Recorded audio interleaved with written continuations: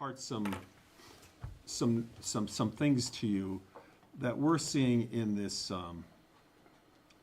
constitutional challenge to statutes in the AS 1400s regarding homeschools.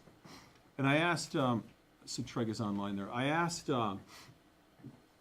Treg and Corey will lead down here in Juneau, to just talk about what the plaintiffs actually filed. Because what we're hearing, I don't know what you guys are hearing, but what we're hearing is that what the plaintiffs asked for and the results that the judge, the decision gave, isn't necessarily what was asked for. So we want to be able to look back.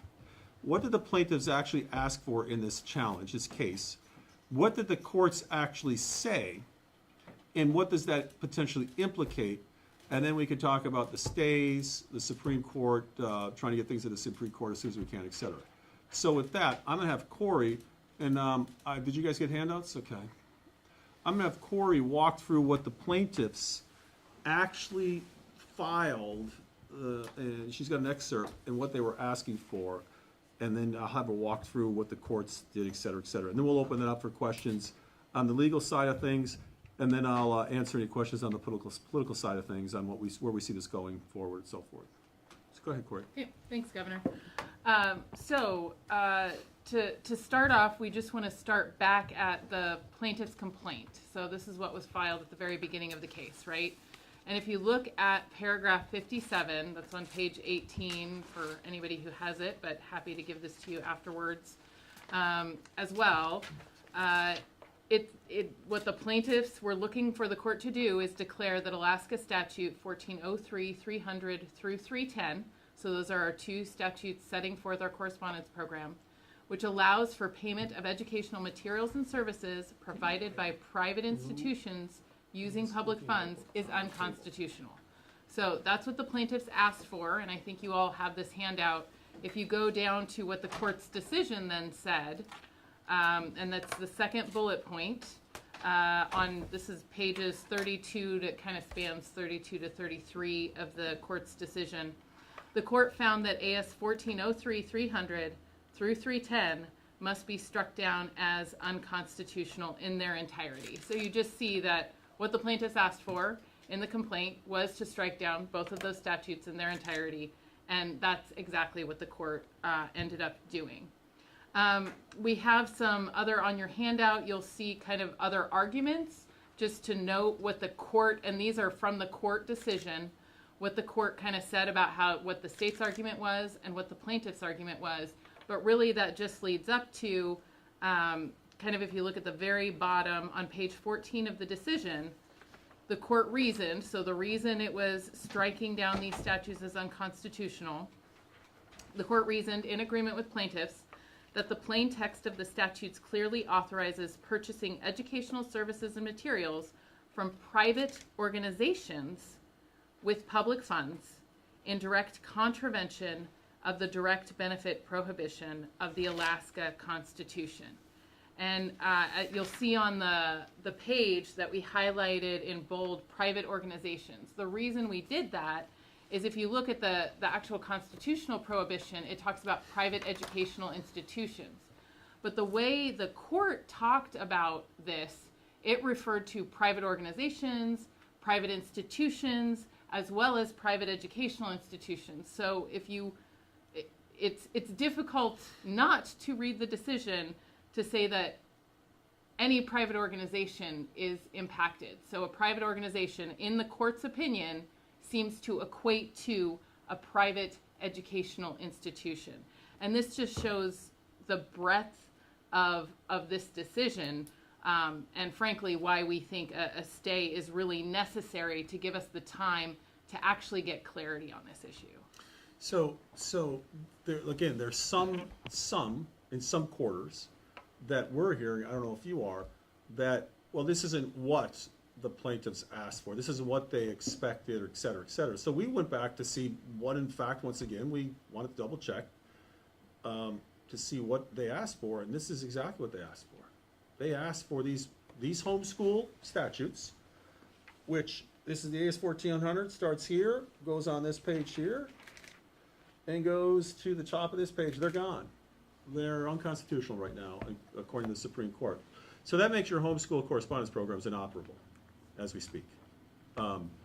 If this is to stay, if this is to be the decision, that's the result of this. Now, we are asking for a stay, if you want to talk about that, and then expedited move to the Supreme Court to really get this dealt with. Absolutely. So we filed, plaintiffs actually filed a motion for stay. I think everybody knows that, about 3 days Which is after, not a usual move No. on the plaintiff, so. Yeah. It's actually very, very rare the plaintiffs admitted that in their filing, which just illustrates that I think they also saw the breadth of this opinion for what it was. We have filed a stay. We have requested a longer stay than the plaintiffs. The plaintiffs only wanted a stay until June 30th, 2024. We have asked for a stay through an Alaska Supreme Court appeal. We asked the Superior Court, so you ask for a stay first from the judge who issued the decision. So that stay request is before that judge. We should hear, I hope, this week on that request. We asked for it to be expedited, which means we wanted the court to act quickly. The court said yes, but didn't give us a date by which it would decide our stay request. So we're waiting for the court. The minute the court hopefully grants our stay request and issues a final judgment, so the court has not issued a final judgment in this case that allows us to appeal. That's kind of the trigger for us to appeal it up. We will file an appeal in the Alaska Supreme Court and ask for that to also be expedited. And again, if the Superior Court doesn't give us the stay we want, we will ask the Supreme Court to extend the stay through the appeal. Becky Bohr with the Associated Press. Corey, in a final judgment, could a judge clarify things like when you look at 3110B and it talks about private or religious organization with a student allotment, could he come back and say, I meant it to apply to religious private schools or something, or how far, I guess, could a final judgment deviate from what we saw from the decision a few weeks ago? So a final judgment is usually a very perfunctory sort of document that just says the order. What the court could do, however, is in response to all of these motions for stay, the court could, of their own volition, decide, I need to clarify this, and either clarify or narrow their decision. That is a possibility, which is one of the reasons we really want to see what the court says in response to this stay. Clarification. Mark said, Canyon Empire. Something I've been trying to get clarified is there's been statements, including something you said today, about, look, if this stands, that's it for everybody who's in correspondence schools in the states, except what I hear mostly from folks citing plaintiffs is, look, before the statute, there were correspondence and homeschools in the states. I mean, we keep the same system we had before this statute. It just goes back to what existed before 2014. So it's not the end for everything. It just goes back to a different system. What's your take? Can you give me your explanation legally on that? Yeah, from a legal perspective, I would just, again, go back to kind of some of the main quotes we pulled from this case. If what the court is saying, what the court says is true, then you can't give any money to a private organization for an educational purpose. That would implicate pre-2014 statutes. That would implicate correspondence schools that were in existence at statehood. So that's my struggle with how to square, because I have also heard that. I just don't know how this decision stays in place and that is the reality. Quick follow-up. I guess legally, I understand you're saying that's interpretation, but all the ruling does is invalidate the 2014 statute. It would not apply to anything previously, correct? That's not what we see. Well, I mean, the decision, I'm not quite sure how we just say, well, because then you could reenact the same exact statutes under that logic. So you still have to adhere to what the decision says and adhere to, the reasoning. There are parts that we consider what we call dicta, but in this case, if it's a core part of the explanation, it doesn't make, I'm not sure how you do that. And in this case, the court found that these statutes must be struck down as unconstitutional in their entirety, didn't pick out certain portions. The court actually said you can't do that. This whole thing is thrown out. That's why we're having this, Mark, because we're hearing the same thing from some folks. Yeah. But when these guys go back and they do their research and they look at what the plaintiffs filed and what the court said, the court found that AS 1403, 300 to 310 must be struck down as unconstitutional, the statutes, in their entirety. They're not saying what these people are saying. That's the purpose of this get together. They're not saying what you just said. We're hearing the same thing that you're hearing. But that's not what the court said. That's the hope or the wish of some of these folks that now realize that what they asked for they got, which is an overreaching impact on these statutes. That's the issue. And that's why it's difficult now to do a statutory fix if these are all unconstitutional. You have to have a constitutional fix. If not, they're wiped out. I'm gonna be an outlier here, but was anybody even aware of this case? It just kind of came out of nowhere. Well, we were aware. It just like came out of nowhere, and all of a sudden now we're all talking about it. I didn't see anybody reporting on it or talking about it until a few weeks ago. I mean, in answer to your question, we were aware of it. Whether these guys were aware of it, you'd have to ask them. I don't know, Jeff. I just wonder why it was kind of real quiet, and then all of a sudden. Because I think I don't think anyone I don't think anyone thought that all the statutes would be thrown out in their entirety. To be honest with you, it was just off the radar screen for that purpose. That's a theory. So they asked for this. The courts decided and agreed with them. So the statutes are invalidated as of the court statement. So since homeschool correspondence doesn't run on a calendar like the neighborhood schools, it's all year. We're asking for an immediate stay because of the impacts are huge. We don't know what the Supreme Court is going to say. We can only speculate. However, if the part of the decision which states that Alaska Statute 1403, 300, 310, which allows for payment of educational materials and services provided by private institutions using public funds is unconstitutional. Our case has always been that we understand that you cannot directly fund like they do in Indiana, right from the state treasury, a voucher system to a private school. We had that discussion back in 2012, 2013. And so our position has always been, these are not direct payments to, these are indirect payments to. But if what the interpretation is that this judge made is that, which allows for payment of educational materials and services provided by private institutions using public funds is unconstitutional, this could potentially implicate so much more than what we're talking about right now. What do I mean by that? If you have a private bus company that buses kids around, that's a private organization. There's educational money going to that private organization for gain. That's a for-profit in some cases. If you have speech pathologists or school psychologists that are not employees but maybe contractors, this could implicate that. Food service is private. This could implicate that.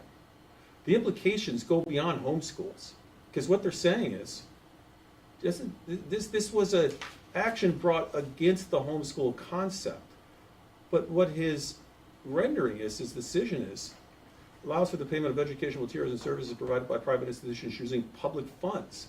This implicates your neighborhood schools. This is all education. You can't have, our read of it is you can't have it can't be constitutional, that it's unconstitutional for, quote, public homeschools, but you can use public money and pay private organizations in your neighborhood schools. That's a question that I think has got to be answered by the Supreme Court as well. I see other hands up, so this is a very quick follow. But wouldn't that require a challenge to each of those things? For example, the previous statute governing homeschools and charter schools, or to cite your examples, separate challenges to these other laws and statutes. That would be a legal question for Corey, but I would say if the Superior Court is saying that there should be no payment to private institutions for educational materials and services. Does that just mean, and I think the question will come up in the Supreme Court hearing, does that just mean homeschools? Or is that all education?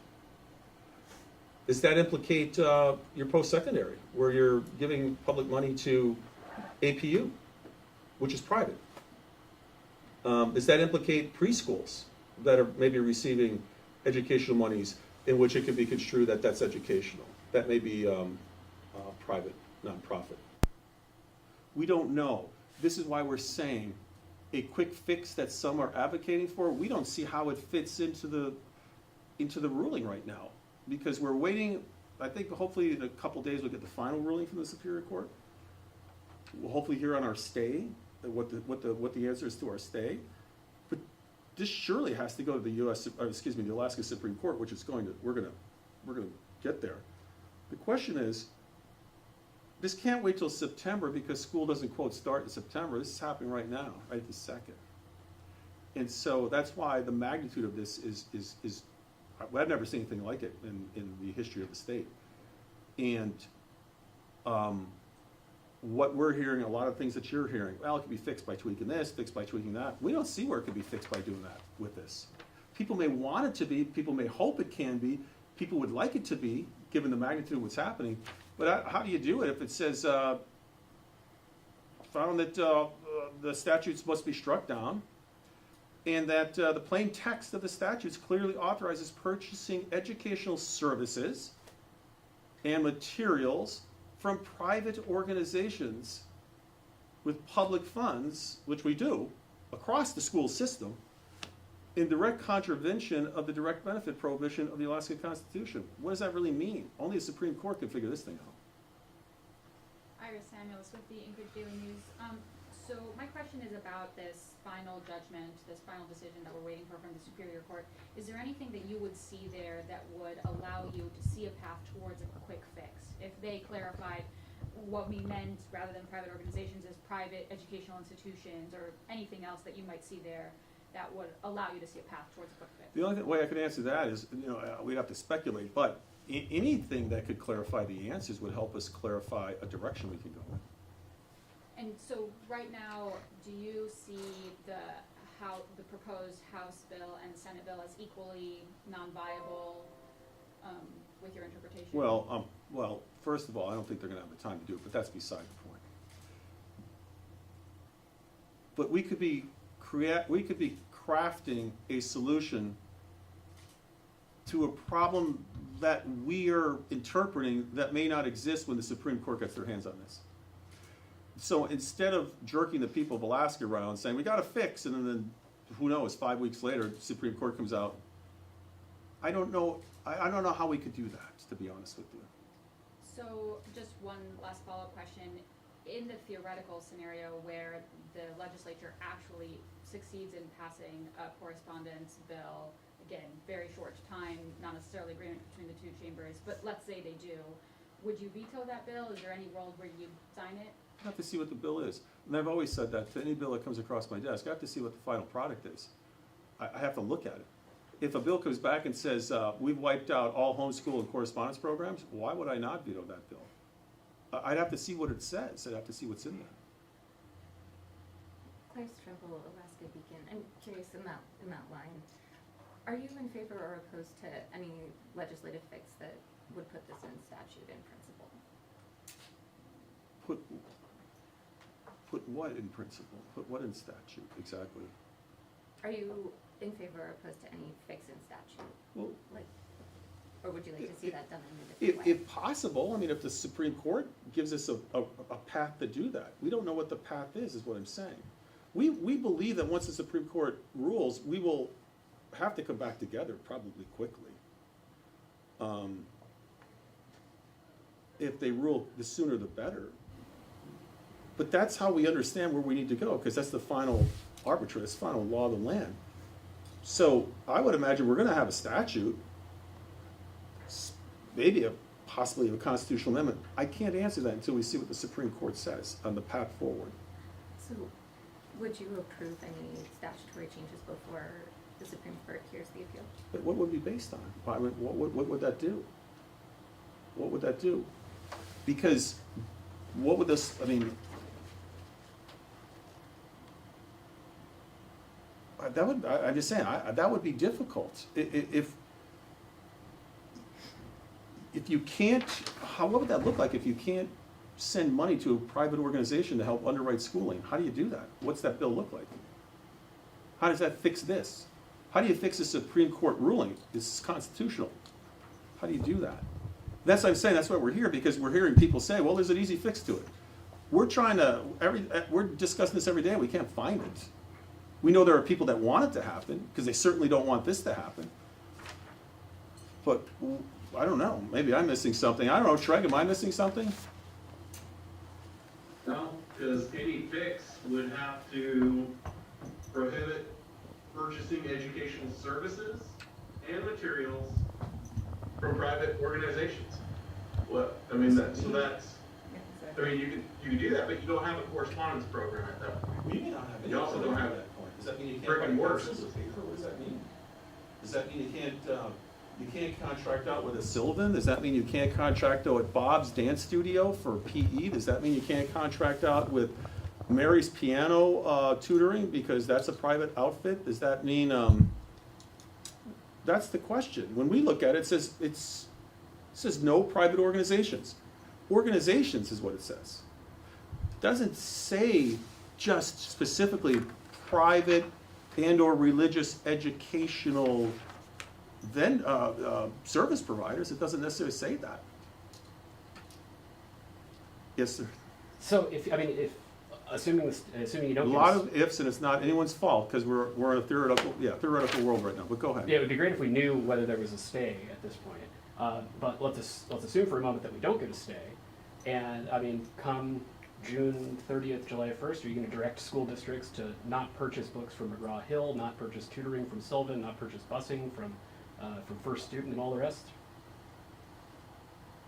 If there's no stay, If the decision is allowed to go into effect, if you don't get a stay beyond June 30th. that's another thing. Maybe we'll have a better answer in a week because that's another thing that we have to sit down and talk about. And how do we actually deal with that? Don't take this personally. I'm under no illusion that we may see a headline or two that says Dunleavy advocates for unconstitutional spending or something. I'm sure that's going to come from someone somewhere. We'll work on it. I'm sure Jeff people will.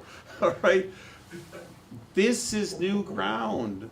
And it'd be one thing if this was a constitutional issue over bear with me, whatever I sound to get in trouble, but a food vendor truck down in 4th Avenue in Anchorage. This impact is unbelievable in its scope. So to just throw out answers, it's very difficult to do that. It really is very difficult to do that. We're hoping to get a stay, which here in a couple days. We hope the stay is of a length and duration that will allow the legislature and the executive to craft something that will withstand constitutional scrutiny. We hope to have that happen as soon as possible. That's our hope. But this is in the hands of the court. The court's going to operate at their own speed and their own manner. I just maybe for Corey or Craig, if Judge Zeman said this is unconstitutional, why would he say, oh, okay, well, it's unconstitutional, we can let it slide for a while? I mean, it seems pretty unlikely he's going to. Wink, wink. I just don't see him. If he said it's unconstitutional, why would he say, okay, it's permitted to be for a little bit, even though I've said it's unconstitutional? So there's a specific standard that applies when you're deciding whether a stay is granted, and it's not just I believe in my opinion and therefore, I don't want to grant you a stay. That is part of the analysis, but a big part of it is the harms. What's the balance of harms here? What's the public interest?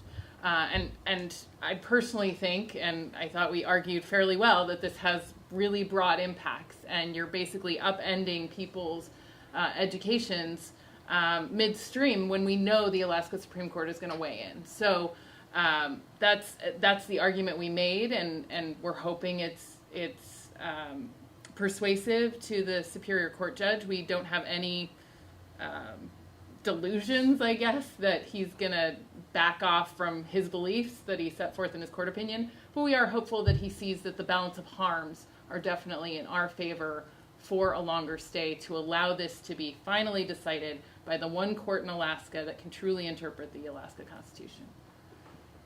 Corey, as far as the stay goes, it seems you often see that there's a stay pending an appeal or a decision? I mean, would it be extraordinary for you not to get that until there's a final ruling by the Supreme Court? That is really dependent on the case. Not every case needs a stay, you know, but this one we felt like is, to me, a unique and rare example of one where a stay is absolutely necessary. I am not going to even pretend to predict what the court is going to do, since this decision was absolutely much broader and surprising. This than we this expected. impacts 24,000 kids, Yeah.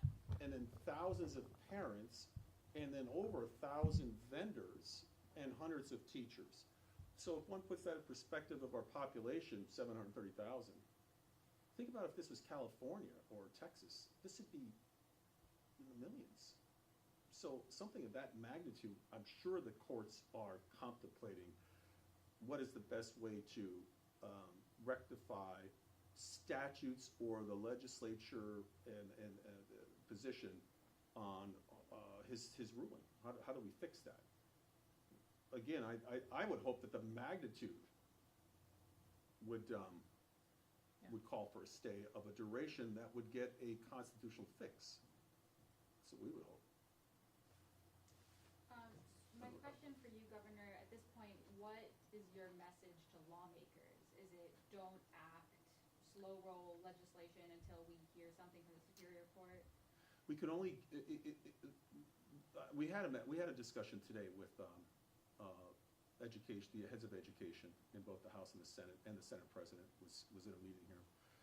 And we really can't give them guidance because we are still seeking guidance from the courts. That's the problem. So what they would be doing is just having conversations, I think, to a great degree on theory, like we are right now. What happens if this happens? What happens that? Well, you can't really construct a bill on what happens if or what happens that. So that's the issue. We're asking the courts to expedite things for the obvious reasons. Once it's expedited, and hopefully the Supreme Court gets an expedited decision to us, then we see the clarity of what it is.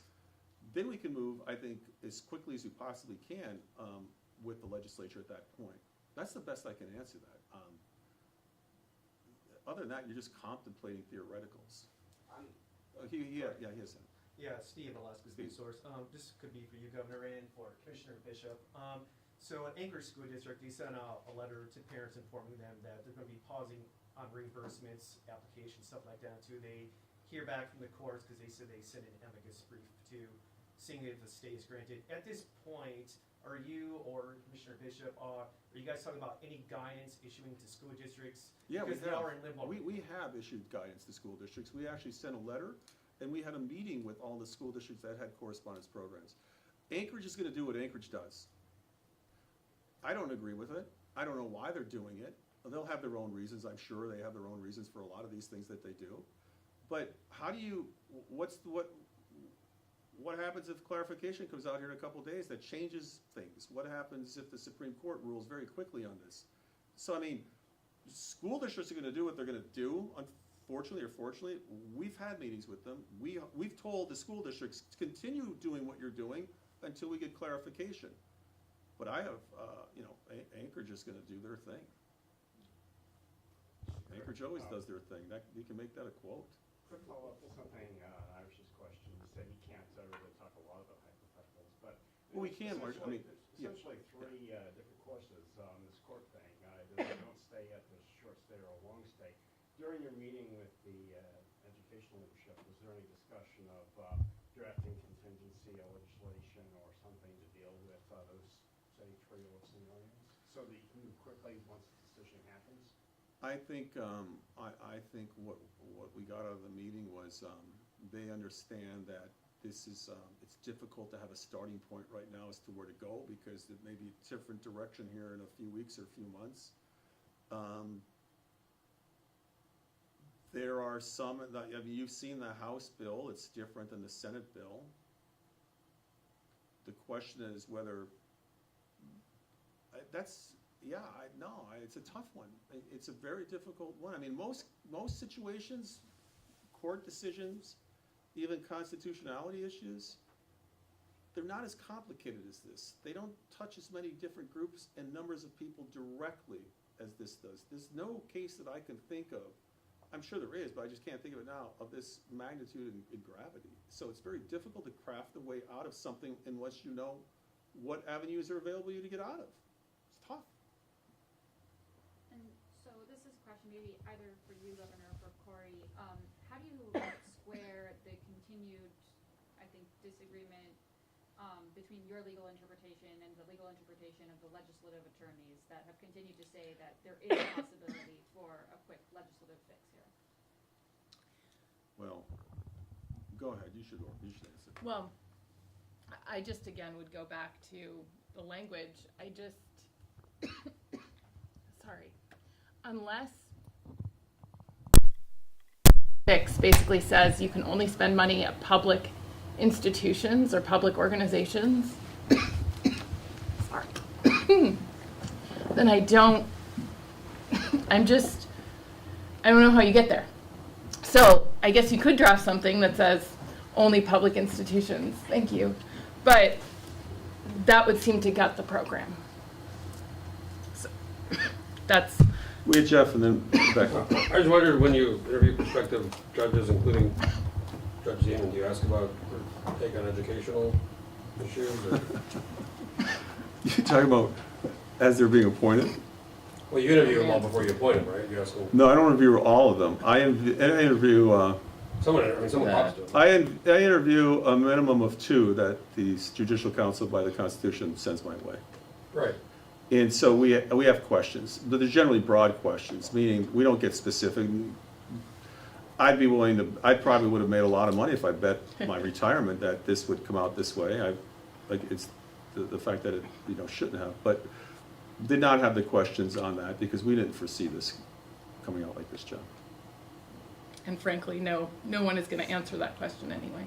Well, Have you ever watched the Senate confirmation hearings on? General belief on education. No, when we interview judges, we just ask them about what they, how they view the Constitution, just general questions to try and get an idea, because the interviews are, 30, 35 minutes, 40 minutes. A lot of the vetting has already been done by the Judicial Council. What's your favorite, isn't it? Next question. Corey, we've seen the Supreme Court act really quickly, like on an election case. Is there a definition for what expedited means? Like if the court would grant expedited in this, is it like 60 days or 120 days or less? That's a great question. There's no specific definition.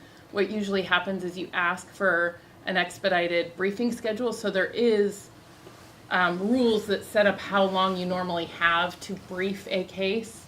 And so what happens is the court then sets a schedule that's much more truncated, usually one put forward by one of the parties or both of the parties together. And the Supreme Court is usually pretty upfront about, when they'll set oral argument then and rule. I will say, having been involved in a lot of the elections matters when I was doing that work, we wouldn't get a full decision. The court would usually, come out with, this is the bottom line. I am a little concerned that we need a full decision here to know exactly where the court draws the lines, unless they do what I think they should do, which is just uphold the statutes. If they do that, it's pretty simple. But anything else, I do think we're going to need to see the full decision in order to give the legislature and the governor the guidance they need to establish the fix. I wanted to ask about, so it seems very clear from what you said so far that you don't believe you have the authority to issue emergency regulations to restore the pre-2014 system. That's correct? I'd say for me, it's more about what is that fix. So just issuing the pre-2014 regulations goes back to a lot of what was in the statute, actually, like the individual learning plans. So if those were struck down and we can't give money to private organizations, how do you just go back? Has that question, has there been like I don't know, are there any formal treatments of this question as far as, are there Attorney General's opinions out there? We've never seen anything like this. This is literally, not to, go overboard, but this is literally a disaster potentially, an emergency. Because of its magnitude, a component of almost 20% of our method by which we educate kids appears to be now considered unconstitutional.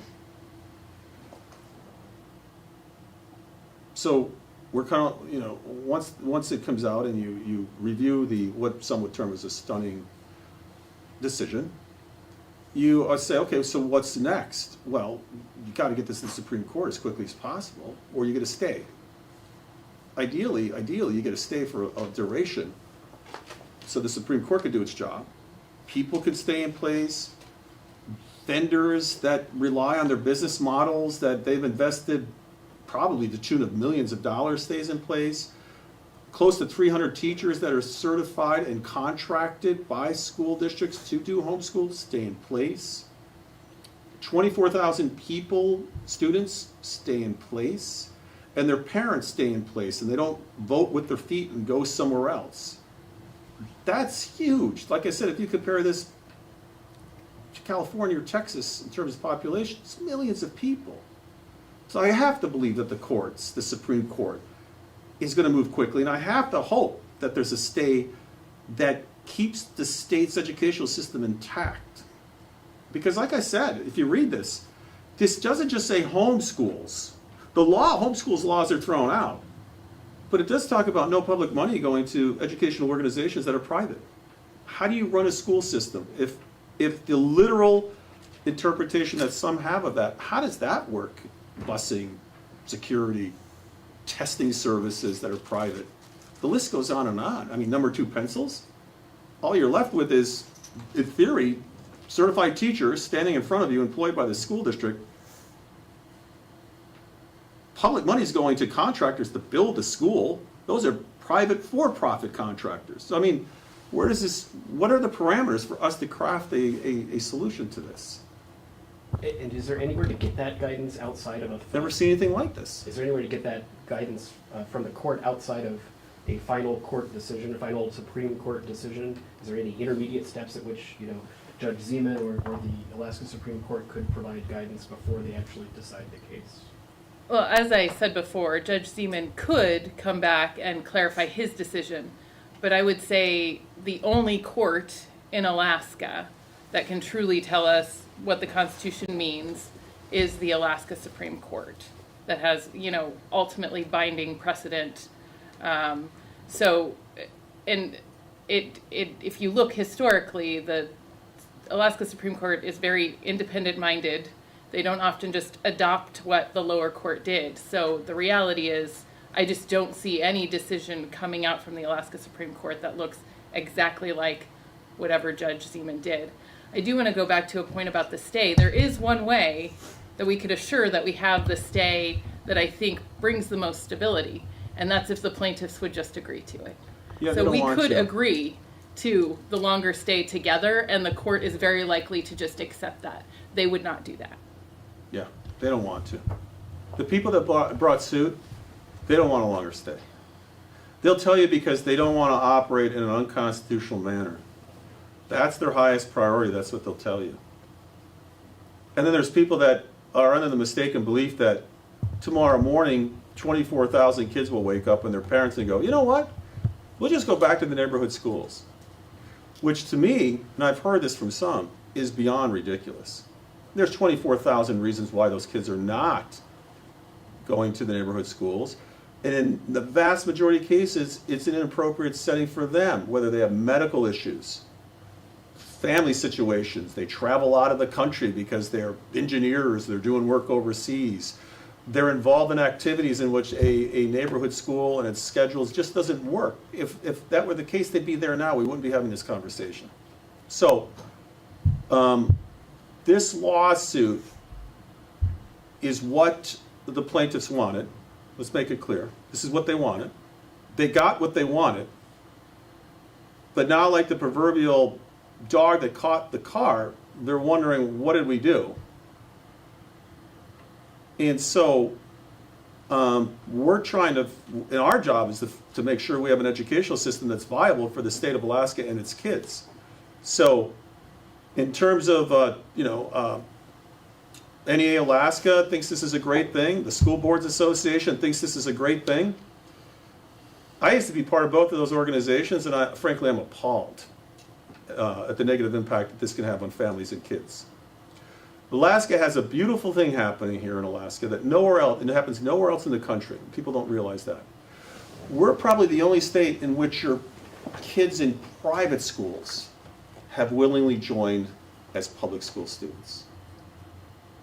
In other states, when you're talking about vouchers, that's public money going to a private school, and those kids that may have been in public schools leave and go to that private school, and they're no longer public school kids.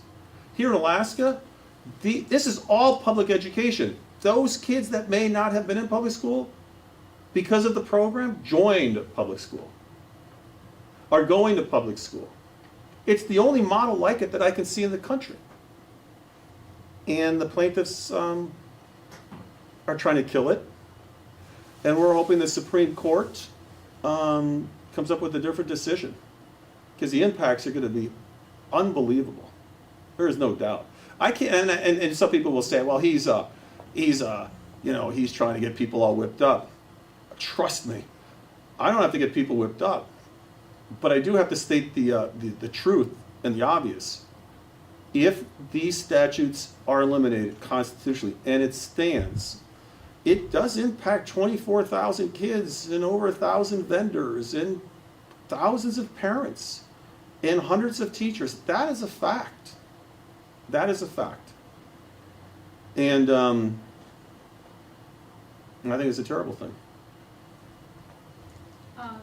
So I think I fully understand your interpretation of the decision, but I also think intuitively for me, and I'm curious if you share this, intuitively for me it's pretty easy to understand the difference between a private school, like say a Montessori school or a Christian school, and a tutoring service or a bus company. It's pretty, and I don't know if that's, like, if there's an easy legal distinction between them.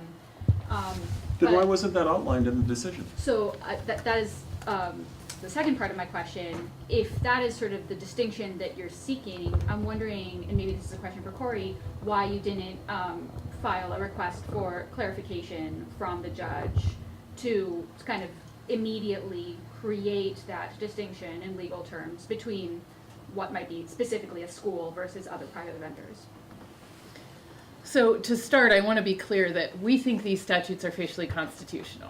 So we have always said this is perfectly constitutional spending. They are public school kids. You have to get an individual learning plan. A public school teacher certificates that these are courses that help lead to your public school education. So I just want to be clear that that has been our position. It remains our position.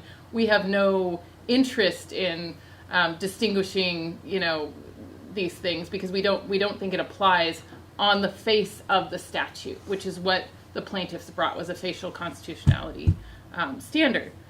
That said, we did discuss whether to file a motion, what you call for reconsideration or clarification. Mm-hmm. The fact is that the plaintiffs filed their motion for stay the Monday, the decision came out late Friday, and they filed it Monday without waiting for us to respond to them on what we thought about it. So we felt like the train was already going, so we just needed to do the motion for stay. We needed to get that. We needed to move forward. It was already in motion, and so it felt like we just needed to continue that to get the most clarity and the least amount of harms, and not delay that stay because the plaintiffs had already started that rolling.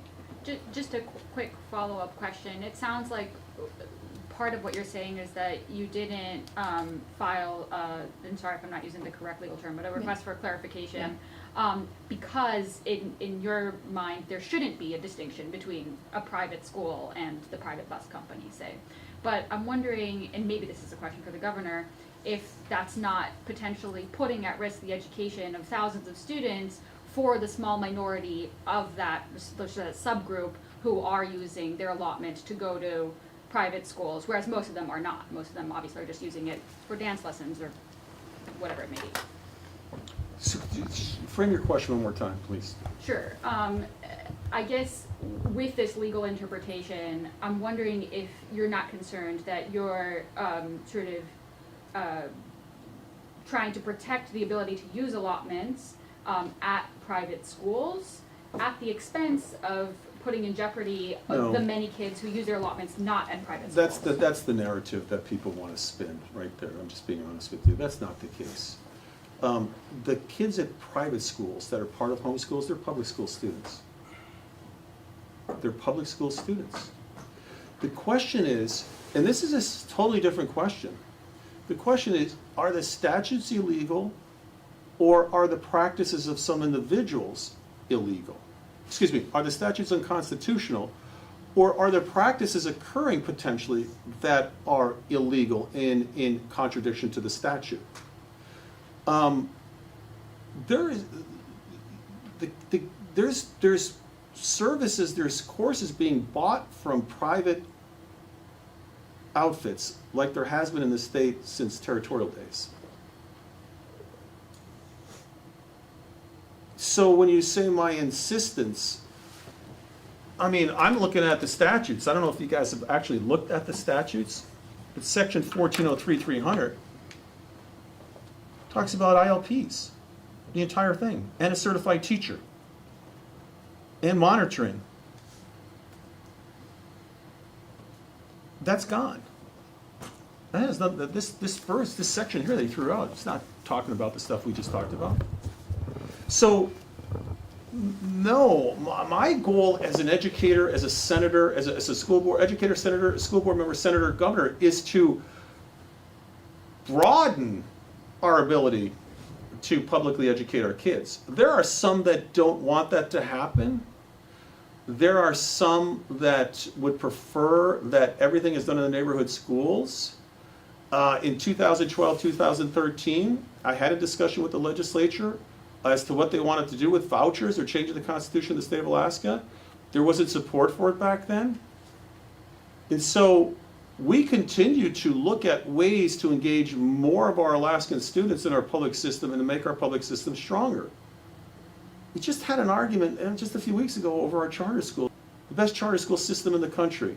There's no research that contradicts that. People will question the research, but they can't find any research because it doesn't exist that contradicts it. They don't want to expand charter schools. Same group, same people, same mentality, same thought. Let's do our best to strangle options for kids in the hopes that they'll line up, fill the bus up, get off, and go into this neighborhood school. It's crazy in a state where you have a private homeschool concept in which students don't even have to report to the state. Thank God. But they're gonna line up. So my goal has been trying to make this system as malleable as possible to help educate all kids. But apparently it's not about the kids or the family situations or the individuals. It's about making sure that numbers go through the neighborhood school system. That's all that really matters.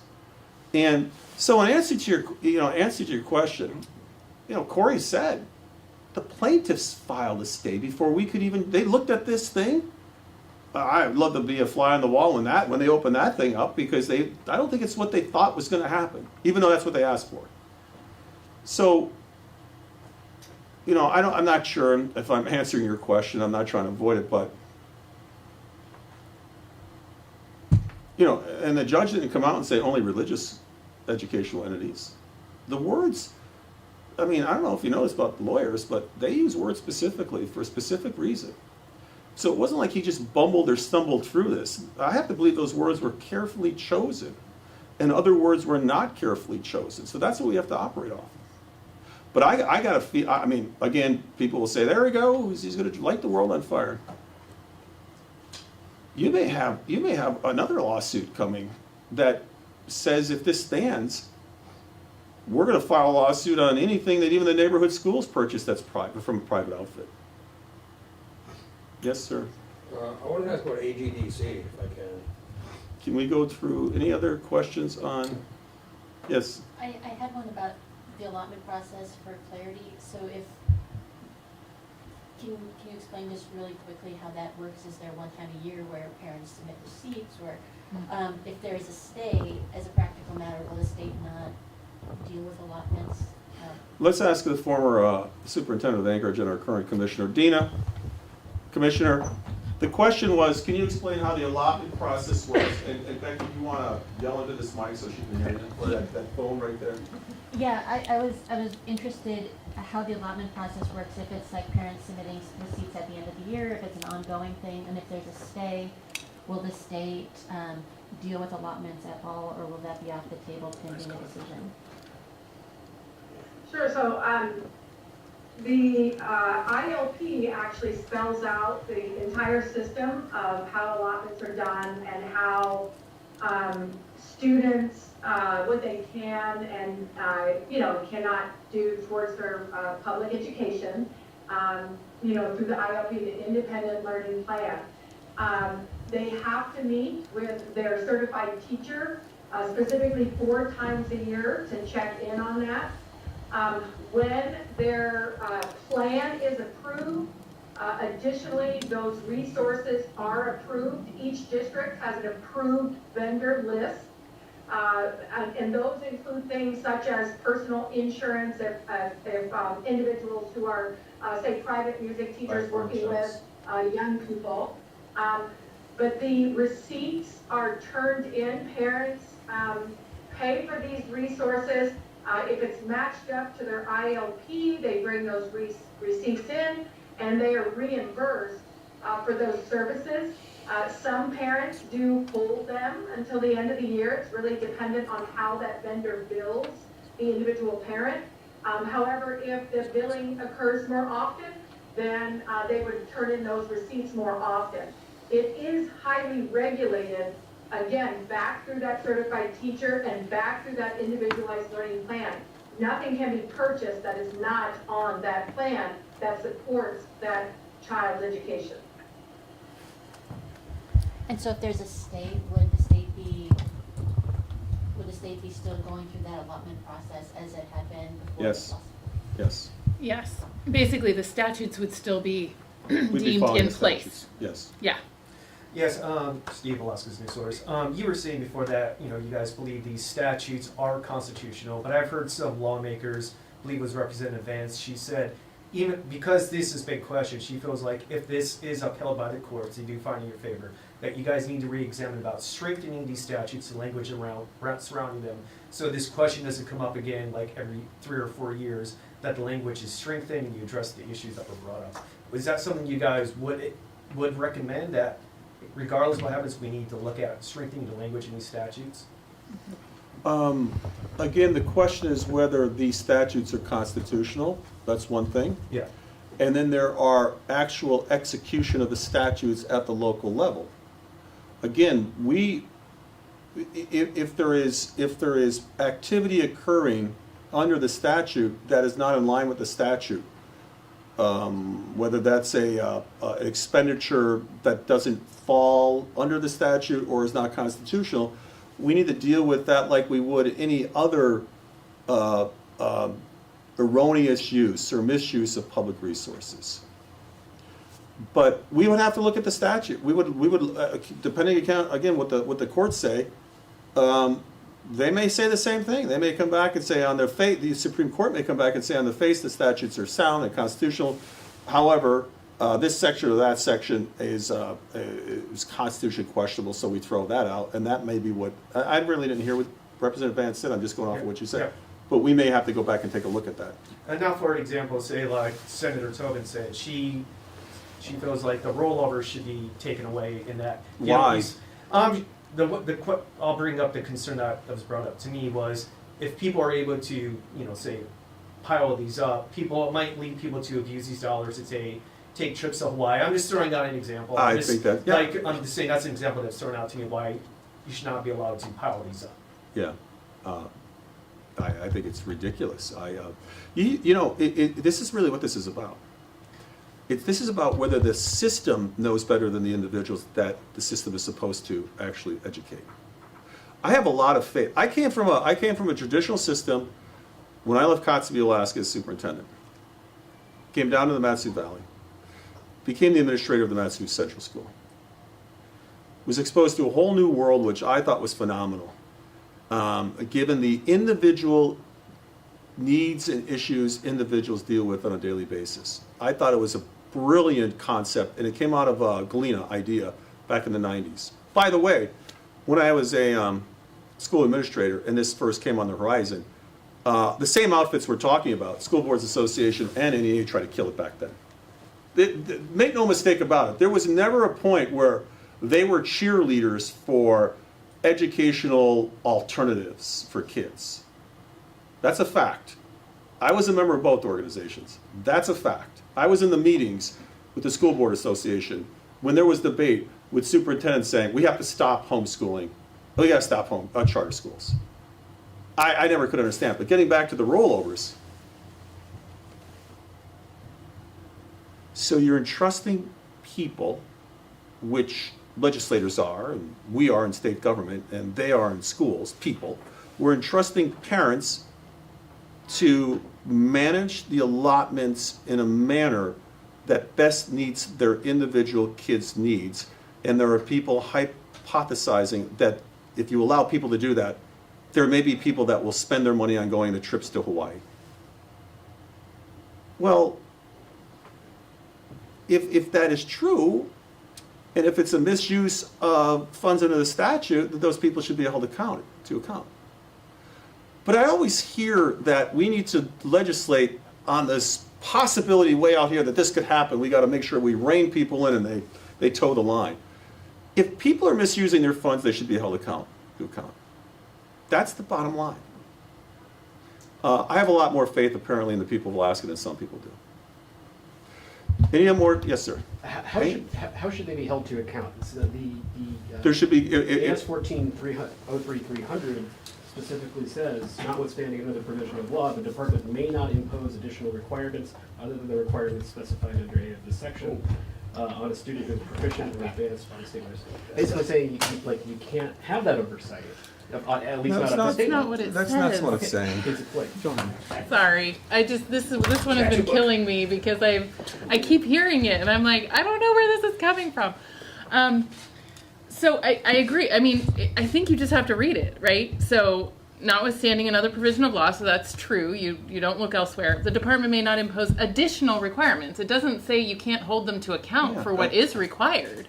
In fact, it says other than the requirements specified under A, so the individual learning plan, and under AS 03-310, so how you have to spend the student allotments.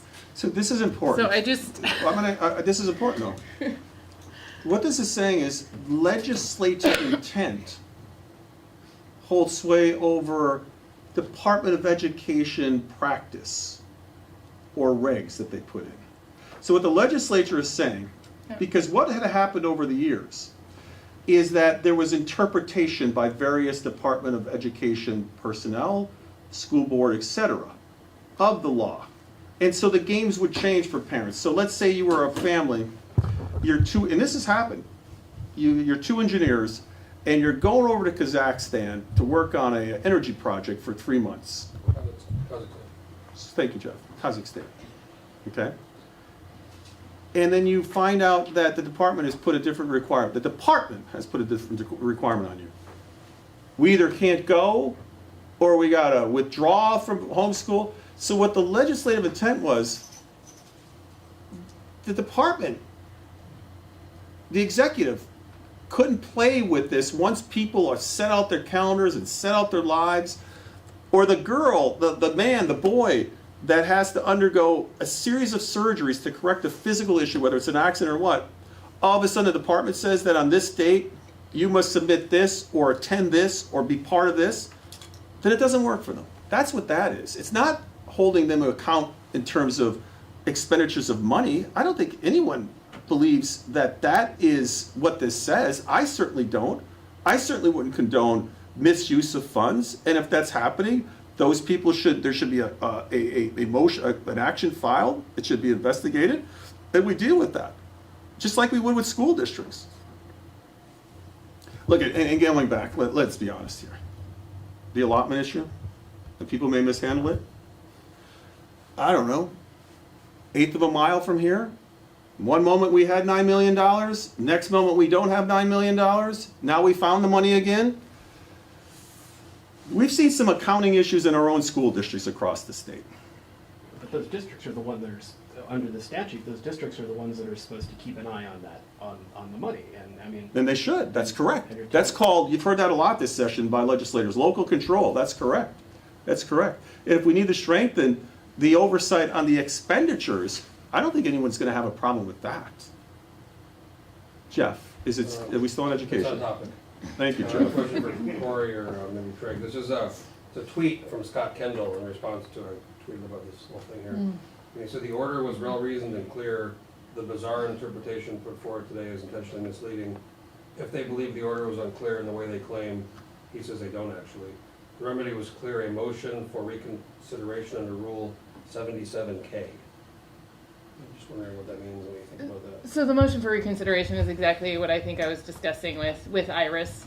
Again, they filed a stay 3 days after the court decision, and so, you know, that kind of got the motion for stay, and we didn't want to delay that. If we wanted to make sure we got a stay on the decision, the court could still, the way we crafted our motion for stay, we pointed out all the clarification problems with this decision. The court can still come back and say, and just so you know, this is what we meant, and here's our order for stay. So that's one of the reasons we did that way. I'm not going to respond to Scott Kendall's tweets. I will. Are you in communication with him right now? Well, he responded to it. Why don't you communicate with them and say, is this the decision that you guys asked for, yes or no? Let's get that. Yes or no. Other educational questions Yeah, before we go off wait for topic? Scott's response. We'll do it live. I was just wondering specifically about a provision. Oh, excuse me, Jeff, yes or no? Because a lot of time when you're a lawyer, you don't really say yes or no. We'll do this. Go ahead. In the Senate Education Correspondence Bill, one of the provisions in that bill would re-implement the requirement, or I guess eliminate the possibility for parents to opt out of the statewide testing requirement. I know that that's something you supported when it was introduced in 2016. I'm wondering if you could talk a little bit about why you supported it then and what your position is on taking away that provision now. I'll do my best. Help me out, Jeff. You're in Kazakhstan. I've been there. You're in Kazakhstan. Oh, yeah, I was there. One is in Kazakhstan. The family is. And the job requires them to be there March, April, May, and homeschool goes on all year long. And the state or whoever decides to do testing in March, what do we do with those folks? You're recovering from an operation. What do we do with those folks?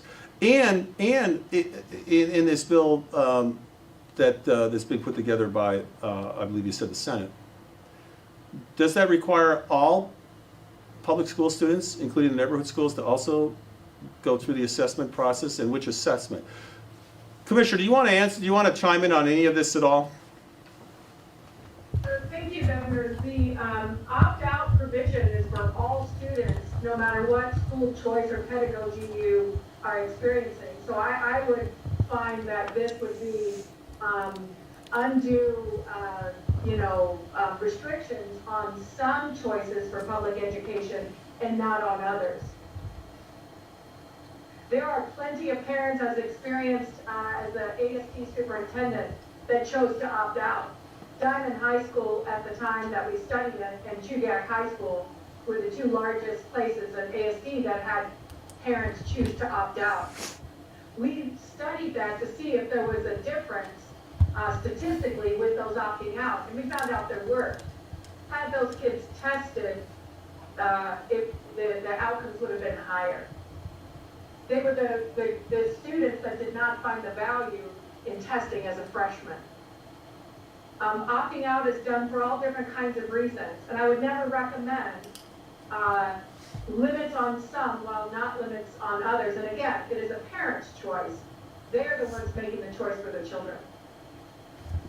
Just quick follow-up question, either for you, Commissioner, or for the Governor. specifically with correspondence students, I think last year it was less than 20% of students that chose to participate in statewide testing. Do you have any concern that there is sort of a lack of a way to even know how successful these programs are, No. even if it would be a way to prove that they are super duper successful? No. That's a great question, but oh, sorry. No, go ahead, I'd Commissioner. like to concur with the governor. Where I don't have a concern, in fact, statistically speaking, a 14% return is an excellent way to understand how, a survey or some type of program, if you look at any type of research, is doing. And so we can look at, again, statewide testing is about how the system is doing. And I believe that that is a statistically significant number for which we can take a look at those systems. Those requirements for that statewide testing is a federal regulation to look at systems. There is enough participation to meet those guidelines. Any other questions on education? Yes? Not specific to the lawsuit, but the House and Senate budgets included $175 million in one-time money, additional money, according to the formula, but not a permanent BSA increase, just one-time money. You have mentioned that you would be open to an increase in. Does that take it, what does that take that up to? Does that take it up 688 or 680? It would be the equivalent of that. Yeah, and Outside I've told people I am open to an increase, an increase in one-time funding, especially to help with the inflationary issues, yes. So is your number match their number? It sounds, I don't have a pencil on me here, but if it's close to the 680 something, yes. It is. Okay, thanks. So you would support that one-time money? One-time money, yes. Okay. Any other thing on education? Okay, so we've had a very interesting educational year, would you say? Yes, the answer is. He answered. Oh, good. All I said was. Yes or no? See Yes or above- no? I said that very clear, yes or no. He said see above response. Yeah, okay. Yeah. Anyway, same outfits that don't want our charter schools to expand. Craziest thing. Best charter schools in the nation, by the only research, don't expand them. Got to keep them under local control. Okay. Lawsuit now, which, we're just doing the best we can to read what private organization, et cetera. I'm sure there's another interpretation happening here, but long story short, these lawsuits will only stop if all the kids are rounded up and put in neighborhood schools and we just give them money and stop talking about anything else. Just like we had for 20 years. That's it. That's the only thing. And we're going to continue to fight for the kids and parents of this state. We're going to continue to fight because everybody's issues are individual issues. My kids went to neighborhood schools for the most part, some of them homeschooled at Matsu Central. But in the end, what works for a family should be what we support so those kids can be educated. This will be an educational seismic shift like this state has never seen. I think the people involved, and the vast majority of Alaskans, as seen by the survey, the poll that was done, that again these same people dismiss, shows that they support homeschools and they support charter schools. I would hope you guys would print some of this, to be honest with you.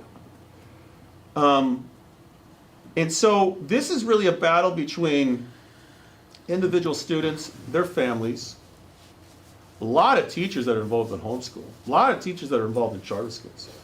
We're just trying to do the best we can to make Alaska's educational system the best in the country. A lot of these groups seem to be okay with it not being the best in the country, as long as the money is there. There'll be no lawsuits as long as the money is there. There'll be no lawsuits if it looks like kids are leaving the neighborhood schools because of a whole host of 24,000 reasons. If we can stop that, there'll be no lawsuits. It's simply wrong. And I operate under a moral imperative, which apparently some of these folks don't, that I'm going to do everything I could possibly do. Under the Constitution, we don't believe that the decision is a correct decision because we don't believe that there is direct money going directly from the state to, really what they're talking about is religious schools, but they can't say that because that brings up a whole host of other issues with the U.S. Supreme Court, U.S. Constitution. But in the end, I just want to assure the parents and people of Alaska, we'll get through this, we'll work through this, but this really is about groups and special interests. It truly is, I named who they are, that want to control the educational system and take that control away from the legislature. And this is where we're at today. And so we're going to continue to get out what we believe is an accurate message to the people of Alaska. We'll continue to work with parents and students. We'll continue to work with teachers and those that really believe in the idea that all kids can learn, that we can have the best public educational system in the country, and not just feeding kids into neighborhood schools, period, and nothing else. And so I'm sure we'll have another press conference or presser before this is all over. Jeff, I'm going to answer your question, and this is the answer I'm going to give you. The permanent fund. Well, I was going to say AGDC. Oh, I'm sorry. Go ahead. I'll take that. I'll listen to Okay, the okay. answer. The permanent fund, those folks, the permanent fund board needs to work through whatever issues they have. That's the answer there. Go to AGDC. So I got a letter that the board sent to legislative leadership, essentially saying, please don't cut our money, and if we don't get to the feed kind of pre-investment decision by the end of the year, then they'll shut it down themselves. I believe, yeah. I've heard there's some meetings going on with investors Yeah, and builders. there's investors, there's potential gas fires happening. I think the end of the story is this, that if it's going to happen with AGDC part, it's going to happen this year. That's the belief. So this is the in-state. I think that's what we're looking at. But in terms of, I think there's a real opportunity here for Gasline. I truly believe that. But also to be fair to the legislature, we've been having those discussions for years, very close to coming to something, but no fruition. Because you talked a lot about energy this session, and the Senate's defunded AGDC, and now the House I'm has hoping basically made imports. the funding, the budgetary process is not over. I'm hoping we get money back in there for AGDC to continue to do its job this year. But I do understand the concerns of many that AGDC can't be a permanent fixture on the scene. At some point, we do all we can, and then we hope that the private sector jumps in. And we're seeing some of that activity now, but it was not geared to be a permanent fixture forever. And so I'm hopefully we get something this year. If not, then I think the legislature is within its bounds to consider not funding it after this. So. Governor, just to clarify your comment earlier about the one-time funding in the budget, so that would be, you would support the straight one-time funding that would be equivalent to 680 BSA increase without any other measures, or are you still looking for other measures to be implemented? No, I think what we do is we help with the inflationary issues, but I do believe that what's going to happen here with the Supreme Court is we're going to be back here talking about education. So I think you're going to see some of these other things come up as a result of whatever decision the Supreme Court has. In a special session? Most likely. Would you call a special session to deal with it? If that's the only way to deal with it, and let's say the Supreme Court comes up with a decision in July, you're going to want to deal with this as quickly as possible. Something of this magnitude warrants a special session. Yeah. Just to clarify your comment on the permanent fund, would you consider removing Ellie Rubenstein from the board? This is as I mentioned, this is a discussion internally for the permanent fund board, and that's all I'm going to say at this point. But she What serves about, at your, But that's all I'm going to say about it on this. okay. So you got my